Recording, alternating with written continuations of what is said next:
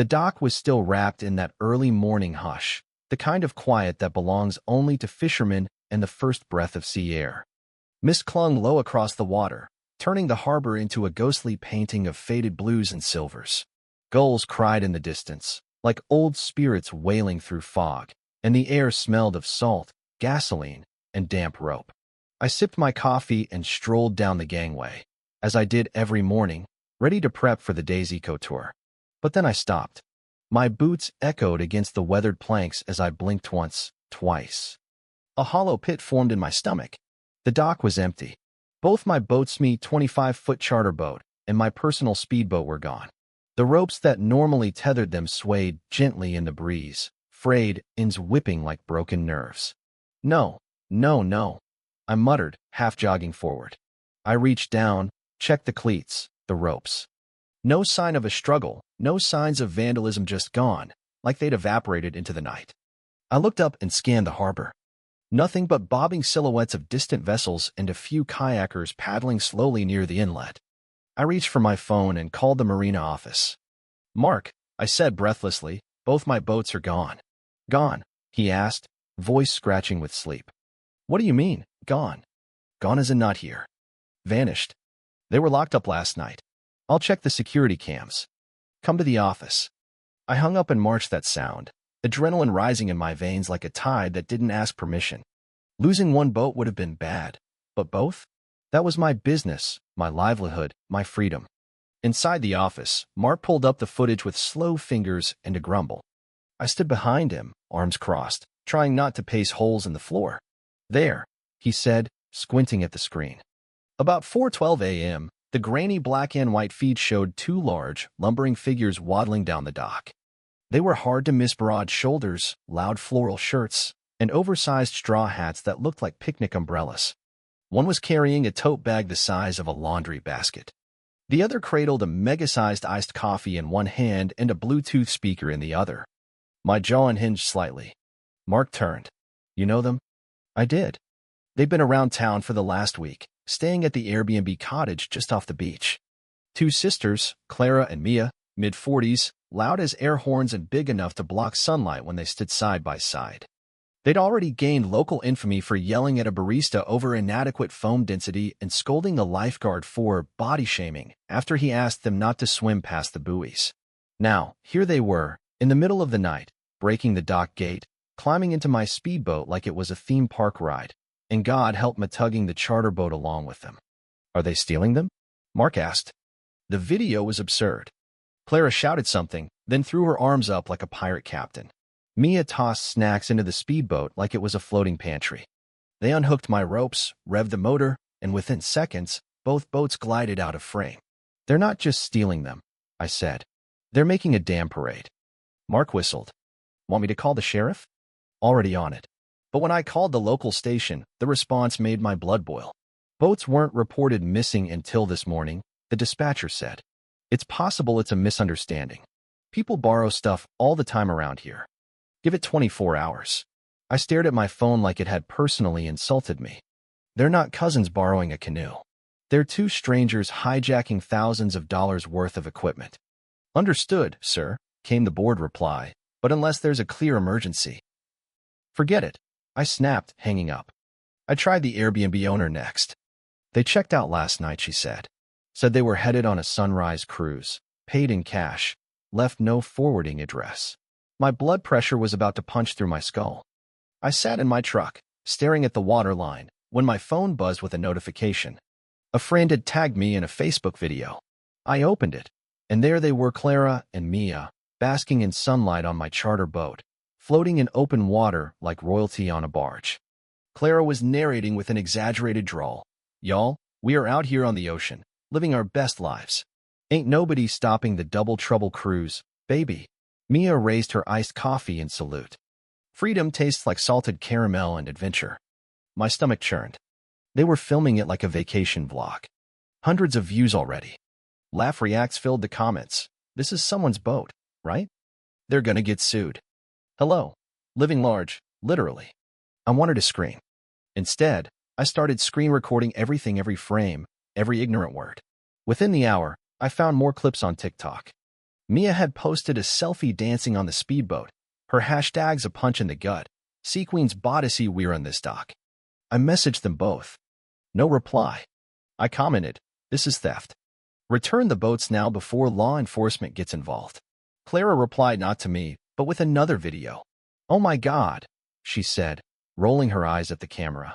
This random guy is blowing up our inbox, saying we stole his boats. Mia chimed in. Sir, maybe you should have locked them better. Ever think of that? They laughed like mean girls at prom. We're making your brand go viral. You should be thanking us. I sat there, stunned, watching the likes pour in. Somehow, the internet didn't care that it was stolen. They cared that it was entertaining. Then came the next blow. My phone rang. It was a marine biologist friend who worked tours near the reef sanctuary. Hey, he said, voice tight, are your boats out near Turtle Cove? Yeah. Why? Because one of them just blasted music through a protected zone, scared off a bunch of nesting pelicans. If it's yours, man, you're gonna catch serious fines. I felt something cold settle in my gut. This wasn't just about property now. It was about licenses, my business, my record. If these two wrecked something federally protected, I'd be liable. I tried the sheriff's office again, forwarded the videos. They said they were reviewing the case. Reviewing. By the time they acted, these floating clowns could be halfway to Cuba. I stared at their live stream again. Mia was trying to figure out how to anchor the boat. Clara yelled, just tie it to a rock or something. The feed shook violently. Then she looked dead into the camera and said, ain't no man gonna tell us how to sail. The comments erupted, some laughing, others horrified. I scrolled through them with a growing sense of desperation until one caught my eye. Salty Short Ranger? Are they near Sector 4? That's a restricted test zone. Someone should call the Coast Guard. I froze. Sector 4. That was a naval testing corridor. Off limits. Patrolled. I pulled up the GPS footage from the video timestamps and started mapping it. They were getting dangerously close. A sick thought slithered into my mind. Let them go just a little further. Just enough rope to hang themselves with. Because if the Coast Guard caught them, this would no longer be some silly joyride. This would be federal. And that would be justice. I grabbed my phone, opened the Coast Guard tip line, and started typing with furious precision time, coordinates, video links, live footage, every piece of evidence I had. Then I added one more sentence. These two women are currently operating stolen vessels in a restricted military zone. Immediate action required. I hit send and waited. The hours that followed felt like standing in the eye of a slow-motion storm, too quiet, too bright, too still. But behind that calm, I knew something was coming. I sat on the edge of the dock, eyes fixed on the horizon, phone gripped like a weapon. The Coast Guard hadn't responded yet, no confirmation, no callback, no flashing lights on the water. Just radio silence. But I wasn't idle. Every video Clara and Mia posted, I downloaded and geotagged. I tracked wind direction, water drift, used satellite overlays to estimate their path. I pinged the Wildlife Conservancy, emailed the Regional Coast Patrol, and posted on 2 popular boating forums with full visual documentation. Within 30 minutes, one of the forums exploded with outrage. People from the area chimed in, that's government water. Those women are insane. You need to send this to the feds. I already had. Meanwhile, the sisters were still posting. Clara had made a new video from the deck of the charter boat. She stood dramatically at the bow, sunburnt and flushed, shouting over the wind, when you want adventure, you take it, Queens. You don't wait for permission. Mia chimed in from the speedboat, holding what looked like a soggy sandwich. We ran out of snacks, but the sea provides. She gestured proudly to a bucket that was definitely not FDA approved. The camera panned, and I noticed something chilling. They were near the range markers, bright orange buoys bobbing in a pattern no civilian boat had any business being close to. Sector 4. The restricted zone. They drifted there without even knowing. I texted the Coast Guard's public affairs number again, attached the latest clip, and wrote, they're entering Sector 4. Still live streaming. Location confirms my earlier report. Please respond. Still nothing. It was maddening. I was watching my boat's livelihood float into the jaws of a federal violation, helmed by 2 buffoonish women who thought sunscreen and karaoke could substitute for navigational training. Suddenly, a notification popped up. U.S. Coast Guard has commented on your TikTok. I tapped it so fast I nearly dropped the phone. They had commented, we are aware. Monitoring the situation. 3 words, but they were dynamite. The comments exploded. I hit record and posted my own video, voice steady, a little sarcastic, to the 2 ladies who thought stealing my boats and heading into restricted waters was a cute TikTok challenge. The Coast Guard says hi. The video hit 10,000 views in 10 minutes. Meanwhile, back on the high seas of idiocy, Clara and Mia were getting tired. The wind had picked up. Clara's hat flew off at some point, and she blamed toxic ocean energy. They tried to dock on a sandbar and nearly crashed the charter boat into a marker pole. Their next live stream was pure chaos.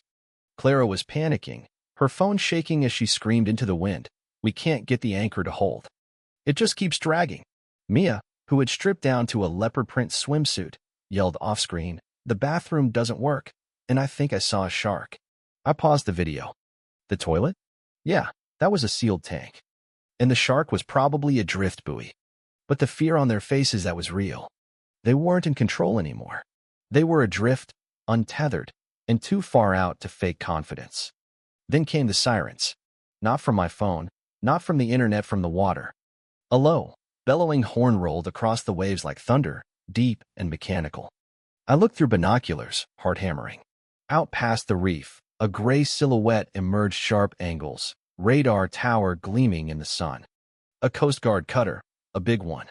It sliced through the water like a knife through silk, closing the distance faster than a hawk on a rabbit. I watched as panic erupted aboard the speedboat. Mia shrieked and tried to restart the engine, but the boat sputtered and coughed, probably flooded. Clara threw her tote bag into the water, thinking it might make the boat lighter. They were shouting over each other, spinning in circles, waving their arms as if the cutter would mistake them for innocent tourists. Too late.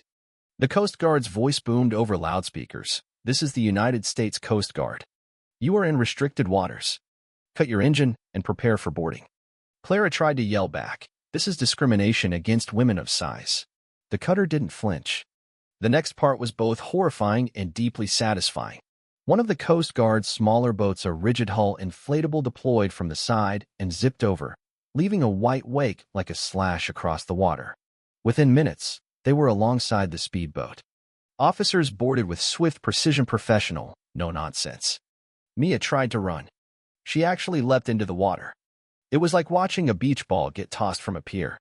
An officer fished her out immediately. Another had Clara cuffed within moments. She yelled something about Instagram rights. One of the officers shook his head and muttered, "You're not going to like and subscribe your way out of this, ma'am." I watched it all through my binoculars, half in shock, half in awe. They were done. The boats were secured, towed, and the sisters were hauled onto the cutter like 2 overfed fish caught in a net of their own ego. Within an hour, news stations were calling me. I didn't even have to post anything new. People were doing it for me. Clips from the live arrest were circulating on TikTok, Instagram, Reddit. It was wildfire. Someone posted a side-by-side. On the left, Clara yelling, "We're queens of the sea." On the right, her being escorted in zip ties by 2 officers twice her size. Hashtags were trending. Trouble cruise crash, justice floats, Coast Guard versus Karens. Even the local news anchor snuck in a joke. "Tonight at 10, 2 sisters take a quick ride in stolen boats and sail straight into federal charges."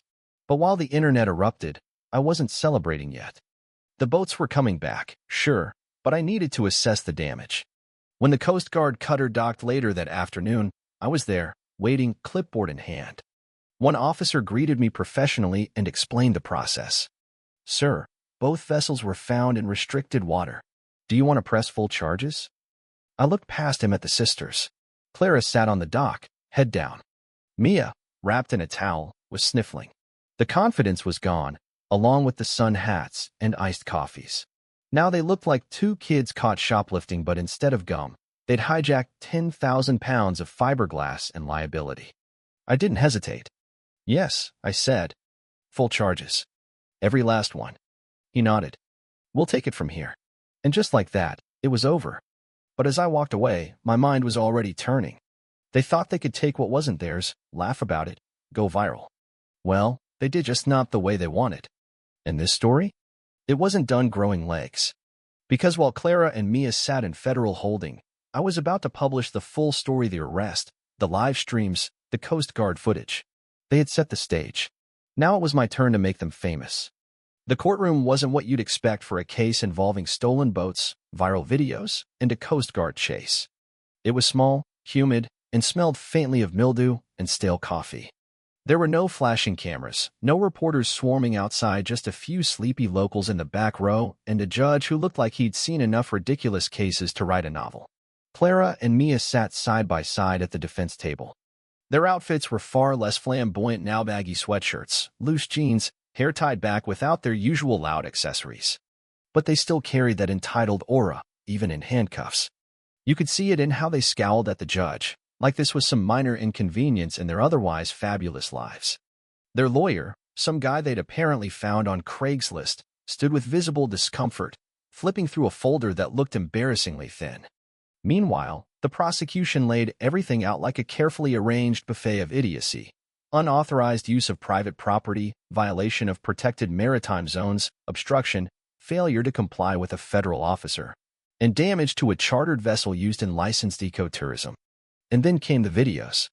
There, on a mounted screen, they played clip after clip of the sisters on their joyride, Clara yelling, "Ain't nobody stopping the Double Trouble cruise," while knocking over a box of granola bars, Mia throwing a half-full bottle of sunscreen into the ocean, laughing. The moment they tried to race away from the Coast Guard, in the exact second Mia launched herself overboard with a scream that would haunt me for years. The courtroom didn't laugh, not even once. The judge didn't smile. The bailiff looked like he wanted to slap someone. When the prosecutor finished, there was silence. Then the judge leaned forward, clasped his hands, and said with a slow, deliberate tone that signaled death to arrogance, "You stole 2 motorized vessels, entered a federally restricted area, broadcast your crimes live to thousands, and mocked the laws meant to protect our waters and marine life. Am I missing anything?" Clara opened her mouth, but her lawyer shoved a hand out in front of her chest, stopping whatever nonsense was about to erupt. "Good move." The judge shook his head. "I've seen idiotic stunts before, but this might be the first time someone filmed a crime spree, made it public, and still tried to act like the victim." He gave them 60 days in county jail and a stack of fines that could bankrupt a trust fund. Community service was added, cleaning docks, ironically. I couldn't have written a better ending myself. But that wasn't the real payoff. The real justice came after. The internet is a cruel, unforgiving place once it turns on you. And Clara and Mia were now branded not as bold adventurers, but as the punchline of a very public joke. Their socials imploded. Sponsorships, yes, they actually had a few small ones vanished. Even the weird weight loss tea company dumped them Sonia.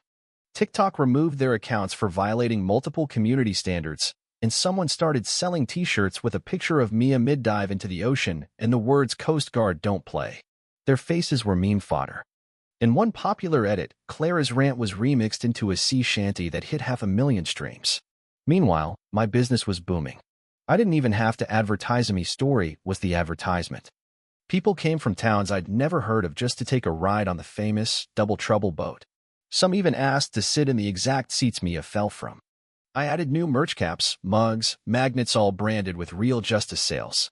I updated my website with a timeline of the incident, linking to the news articles, the Coast Guard's official statement, and yes, even the viral remix. I kept it tasteful, more informative than gloating. But people loved it. It didn't take long before I was getting invited to podcasts. Even a small documentary crew came through to film a segment on the ordeal. The entire event had taken on a life of its own. I even got a call from a marina in Florida. "Hey, you the guy whose boats got stolen by those 2 Karens?" "Yeah. Legend." We watched the whole thing live in our break room. They offered to host a satellite branch of my tour company down there. I told them I'd think about it. But not everything was fireworks and profit. There was still the damage. My charter boat had suffered cosmetic harm, scratches along the hull, torn upholstery from whatever party nonsense they tried to host. One of the sonar units had been fried after they spilled soda on the controls. Insurance covered most of it, especially once the theft charges stuck, but I still had to deal with paperwork, inspections, and delays. And the worst part? I never got my old piece back. The dock used to be my temple, quiet, still, salt on the wind, and gulls overhead. Now, every time I walked out, people wanted to talk about Clara and Mia. Every tourist thought it was hilarious. Every kid wanted to see this scene of the crime. Part of me missed the days when I was just a guy with a couple of boats, trying to share the ocean. But I also knew the truth. Sometimes justice doesn't come quietly. Sometimes justice is loud, viral, messy, and sometimes it has to wear a Coast Guard uniform and haul two screaming women off a boat to remind the world that actions have consequences. One afternoon, weeks after the dust had settled, I got a letter. No return address, just my name and doc number handwritten on the envelope. Inside was a folded piece of pink notebook paper and a crumpled gift card to a seafood chain. The note read, "Sorry about the boat thing. We were just trying to have fun. Hope this covers something. Don't tell anyone. Mia." I stared at the note, dumbfounded. Mia. I looked down at the $25 gift card, then at the scribbled apology. There was something almost childlike in the way it was written, an afterthought, maybe even regret. But it didn't change anything. I didn't need their apologies. I didn't need their coupons. I needed the sea. So I put the letter away, grabbed my coffee, and walked back to the dock. The water glittered under the setting sun, and for a moment, everything was golden again. Calm. As I untied the ropes for the evening tour, a couple waiting on the dock asked, "Hey, are you the guy from the Double Trouble story?" I smiled, just slightly. "Yeah," I said. "That's me." They laughed. "Legend." I nodded toward the boat. "Come aboard. We've got dolphins to see."